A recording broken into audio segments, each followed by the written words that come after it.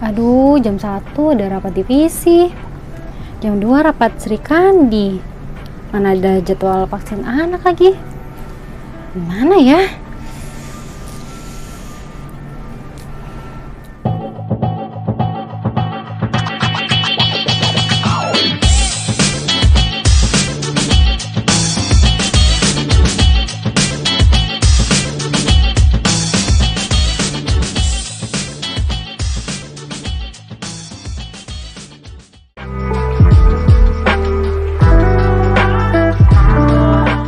Hai Gak, Eh, kenapa Gak? Kak Denny.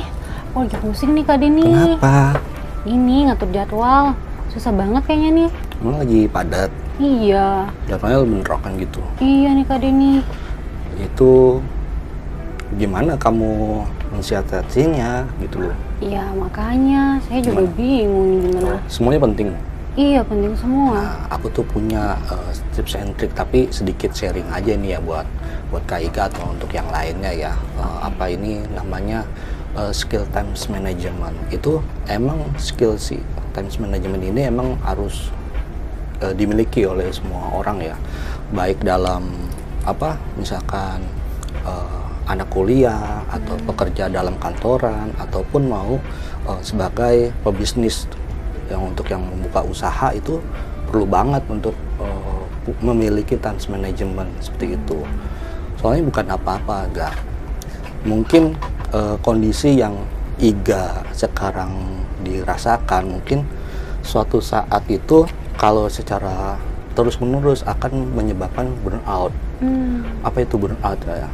Burnout itu sudah diklasifikasi oleh WHO ya, Organisasi Kesehatan Dunia itu sebagai fenomena kelelahan bekerja. Oh, gitu. Iya, itu dampaknya sangat signifikan bagi kesehatan tubuh kita. Oh, Iga baru tahu nih tadi. Iya, itu nanti dampaknya ke burnout. Kalau sudah burnout, yang fatal itu akan menyebabkan depresi. Oh, gitu. Kalau sudah depresi kan pasti pengobatannya akan mungkin akan sulit ya, kita harus mengundang psikolog segala macam. Kak Denny boleh dong sharing-sharing kepada Iga maupun juga Sobat Bulog semuanya, apa itu time management, kemudian mungkin juga nanti ada tips and triknya ya.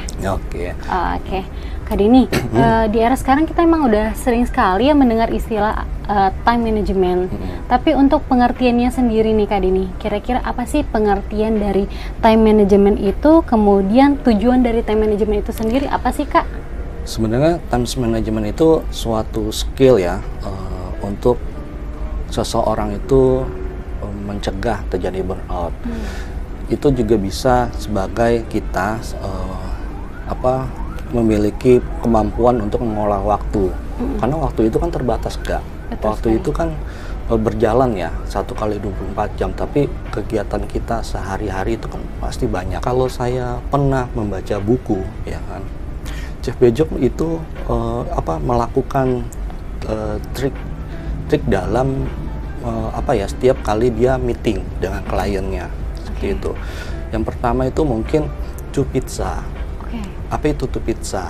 Ya kan, to pizza itu kan jadi kita kalau seandainya meeting nanti mungkin bisa dipraktikkan pada saat Iga menjadi pimpinan atau sebagai CEO atau mungkin Sobat Bulog sebagai pimpinan atau Sobat Bulog itu memiliki usaha RPK yang banyak yang tersebar di mana-mana. Business owner. Bagaimana dia mengontrol kan suatu bisnisnya itu di daerah manapun itu bisa dilakukan. Jadi Cupitsa itu kepada setiap meeting itu tidak boleh, anggotanya tidak boleh melebihi 2 potongan pizza. Oh gitu. Iya. Kenapa tuh? Karena biar fokus. Jadi kita hanya memanggil orang-orang yang berkompeten dan bisa mengambil keputusan. Oh gitu. Jadi nggak terlalu banyak orang kita panggil gitu lah. Itu namanya to pizza. Yang kedua, pada saat meeting Jeff Bezos itu pernah melakukan terhadap timnya itu no PowerPoint. Jadi bagi timnya yang diajak rapat oleh Jeff Bezos itu tidak boleh yang menggunakan slide. Oh, jadi langsung face to face, diskusi gitu ya? Paling Jeff Bezos hanya menginstruksikan kepada timnya itu siapkan memo masing-masing, apa kendala masing-masing, kita tentukan solusinya di sini, seperti itu. Itu akan menghemat waktu. Nah, yang ketiga itu start with silent. Tim itu pada ada pimpinan bicara, mereka diam dulu, biar terserap apa keluhan-keluhannya, apa inovasinya, biar ada keputusan pada saat itu.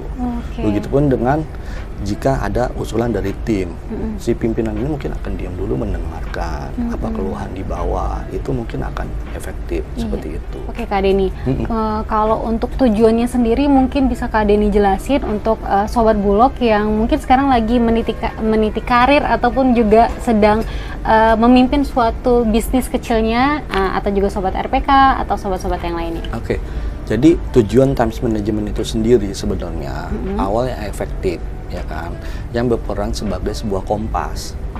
Tahu kompas kan, sebagai penunjuk arah. Betul.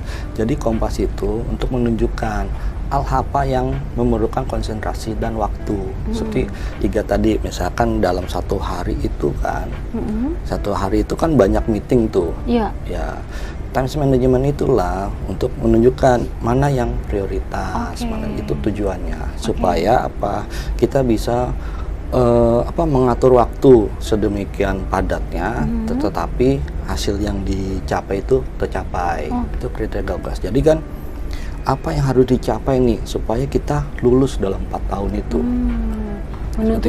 Menentukan tujuan itunya ya berarti ya? Tujuan akhirnya. Itu critical goals. Yang kedua ada enable goals. Apa itu enabling goals? Itu kebutuhan jangka panjang yang menjadi jalan untuk mencapai critical goals.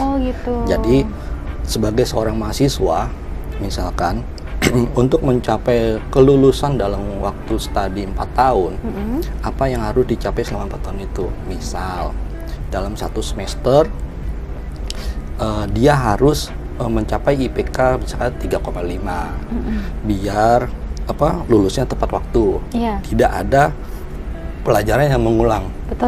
Iya kan, seperti itu kan. Itu contohnya. Terus yang ketiga itu bisa juga dikatakan nice to have goals. Apa itu? Jadi itu adalah peningkatan pada pencapaian. Misalkan seorang mahasiswa itu, mahasiswa tadi ya, sudah mencapai tujuannya, sudah lulus selama 4 tahun, pasti kan dia bahagia tuh. Alhamdulillah saya sudah lulus 4 tahun tanpa ada kendala apapun. Oke Kak Denny, tadi kan Kak Denny udah sharing nih terkait tujuannya. Kemudian mungkin sekarang Kak Denny bisa menjelaskan secara singkat nih proses dalam mengatur waktu itu bagaimana, mungkin cara menentukan prioritasnya ataupun bagaimana cara untuk mengkategorikan pekerjaan itu sendiri. Jadi ada beberapa cara untuk menentukan prioritas ya Gaya. Mungkin yang bisa metode yang bisa Iga lakukan nih di kantor, mungkin yang pertama itu the lottery. Apa the lottery? Kita itu harus menentukan 3 pekerjaan yang paling berpengaruh terhadap kita. Kalau yang memiliki bisnis dan usaha itu terhadap bisnisnya. Jadi 3 pekerjaan itu apa nih yang berpengaruh terhadap bisnis? Bisnis apa yang bisa membuat bisnis mereka maju, seperti itu. Jadi mereka harus menentukan prioritasnya, ya kan. Yang kedua itu bisa kita mengetahui prioritas itu berdasarkan sumber dana. Maksudnya gini, sumber dana itu misalkan Sobat Bulog itu yang memiliki RPK, kita melakukan meeting kan pasti dengan klien itu banyak nih, misalkan satu hari dengan klien A, klien B, klien C. Banyak ya, beberapa gitu ya. Dari klien-klien tersebut mana yang memiliki sumber dana yang berdampak besar kepada bisnis kita itu sendiri. Yang harus didahulukan malah. Gitu. Itu namanya bukan prioritas. Jadi pilih-pilih enggak ya? Enggak. Gitu. Bukan pilih-pilih, tapi emang itu sebagai prioritas. Seperti itu. Terus bisa juga misalkan Iga di kantor itu menentukan prioritas pekerjaan itu bisa jadi berdasarkan hal-hal apa yang menjadi kekhawatiran si pimpinan. Misalkan pimpinan itu menginstruksikan kita harus ini nih, itu harus berangkat dari situ. Jadi Iga bisa menentukan prioritas apa yang harus diselesaikan duluan. Seperti itu. Gitu. Itu dari tingkat urgensinya ya? Betul, tingkat urgensinya, tingkat apa, deadline-nya, misalkan dalam besok itu harus sudah terlaksana, seperti itu. Dan mungkin yang terakhir itu bisa Iga itu meletakkan posisi seakan-akan itu berada dalam sebuah tekanan. Oh gitu? Iya. Biar ada pressure, jadi kita semakin semangat gitu ya? Nah, itu dia. Lalu tadi Mbak Iga apa? Kategori. Iya, mengkategorikan pekerjaan. Jadi mengkategorikan pekerjaan itu ada salah satunya itu menggunakan apa ya? Quadrat matrix Eisenhower. Apa itu? Ini saya juga pernah membaca buku sih, gitu kan. Mungkin bisa dijelaskan secara singkat. Jadi 4 kuadran itu bisa didasarkan kepada urgensi dan important, penting atau mendesak. Gitu. Yang pertama ya, jika pekerjaan itu penting dan mendesak, maka Iga harus melaksanakan segera. Oh, didahulukan gitu ya? Harus dikerjakan, gitu kan. Itu penting dan mendesak. Penting dan mendesak.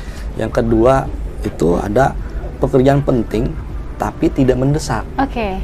Dia penting tapi belum mendesak banget gitu ya? Iya, misalnya pekerjaan itu penting tapi tidak mendesak. Maksudnya tidak mendesak, mungkin waktunya bisa lusa, tapi mendesak nih, harus hari ini. Itu bisa Mbak Iga itu mendelegasikan kepada rekan kerja.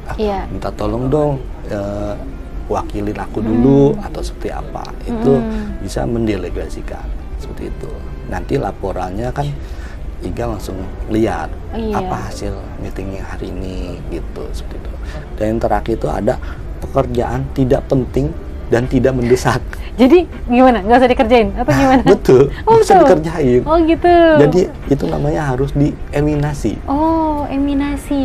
Iya, eliminasi langsung. Eliminasi. Iya, harus di cut off. Gitu. Karena dia udah nggak penting dan tidak nggak mendesak juga. Karena biar meja kerja kita itu clean. Jadi kita bisa mengerjakan mana yang prioritas dulu. Balik lagi tadi ke materi menentukan prioritas itu. Gitu. Kak Denny, kita udah menerima banyak insight nih dari Kak Denny dari sharing-sharing kita tadi.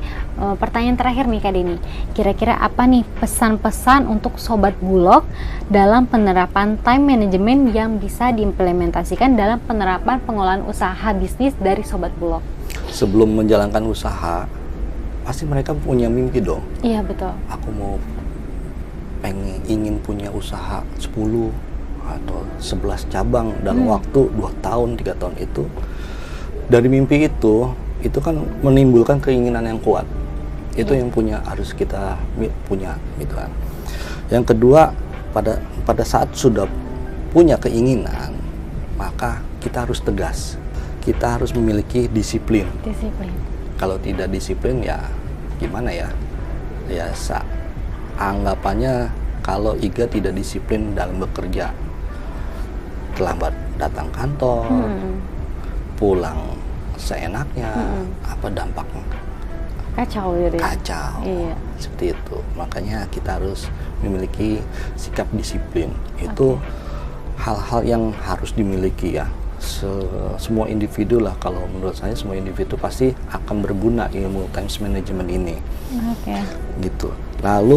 Lalu jika Mbak Iga tadi bercerita jadwal rapat yang padat, itu bisa menentukan prioritas yang tadi saya jelaskan, juga bisa menggunakan daftar pekerjaan nih yang sudah di breakdown. Itu sebagai panduan ya. Misal pada jam 8 sampai jam 12 itu ada 4 kali meeting, itu mana yang harus didahulukan, mana yang bisa didelegasikan, seperti itu. Mbak Iga pasti Mbak Iga yang tahu sendirilah pekerjaannya seperti apa, gitu. Nah, jadi tadi yang disampaikan Iga nih pada awal tadi kan Iga ngeluh nih jadwal yang padat, meeting yang bersamaan. Nah, Iga tuh bisa yang tadi kita jelasin itu menentukan prioritas yang pertama. pastinya kan Iga yang mengerti dan tahu nih prioritas mana yang harus didahulukan seperti itu. Iya. Dan yang kedua, bisa menggunakan daftar kerjaan yang udah di breakdown. Iga harus nge-breakdown itu pekerjaan menjadi bagian kecil-kecil sebagai panduan mana yang harus didahulukan, mana yang bisa didelegasikan atau ditunda. Seperti itu. Oke Kak Dini, terima kasih untuk sharing hari ini ya. Sama-sama. Jadi teman-teman, itulah tadi sharing session kita bersama Kak Dini. Jadi time management itu sendiri sangat diperlukan dalam kehidupan sehari-hari, baik dalam bekerja maupun membangun sebuah bisnis. Semoga sharing kita pada hari ini dapat memberikan wawasan tambahan untuk Sobat Bulog semuanya. Saya Iga, jangan lupa ikutin terus episode Bulog Business Talk selanjutnya. Jangan lupa like, komen, dan subscribe. See you!